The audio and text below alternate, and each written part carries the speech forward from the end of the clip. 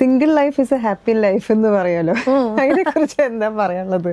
അത് പറഞ്ഞത് സത്യമായിട്ടുള്ള ഒരു കാര്യമാണ്. ഒരുപാട് റെസ്പോൺസിബിലിറ്റീസ് വളരെ കുറവായിരിക്കും.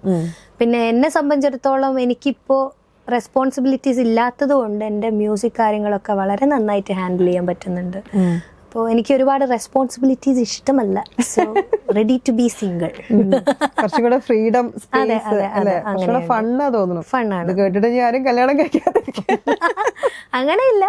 പിന്നെ എൻ്റെ എന്താ ഇപ്പോൾ എൻ്റെ മ്യൂസിക്കിൽ തന്നെ എനിക്ക് ഒരുപാട് റെസ്ട്രിക്ഷൻസ് ഉണ്ടാവാൻ പാടില്ല എന്നുള്ളതേ ഉള്ളൂ. അപ്പം അങ്ങനത്തെ ആളൊക്കെ വരുവാണ്. അപ്പൊ ഒരു എന്താ പറയാ, ഒരു ലൈഫ് പാർട്ട്ണറിന്റെ ക്വാളിറ്റീസ് എന്ന് ചോദിക്കുകയാണെങ്കിൽ എന്തായിരിക്കും ആൻസർ ഉണ്ടാവുക? ക്വാളിറ്റീസ് എന്ന് പറഞ്ഞാൽ എന്നെ വെറുതെ വിടണം, എന്റെ ഇഷ്ടത്തിന് വിടണം. അതാണ് എന്റെ ഒരേ ഒരു ഇഷ്ടപ്പെടുന്ന ആളായിരിക്കണം. പാർട്ട് ഓഫ് കോഴ്സ് അതില് സപ്പോർട്ട് ചെയ്യുന്ന ഒരാളായിരിക്കണം.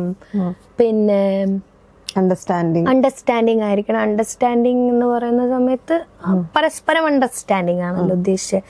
അപ്പൊ അങ്ങനെയൊക്കെയുള്ള ആളെയൊക്കെ കിട്ടുകയാണെങ്കിൽ എനിക്ക് കുക്ക് ചെയ്ത് തരേണ്ടത് എന്തൊക്കെ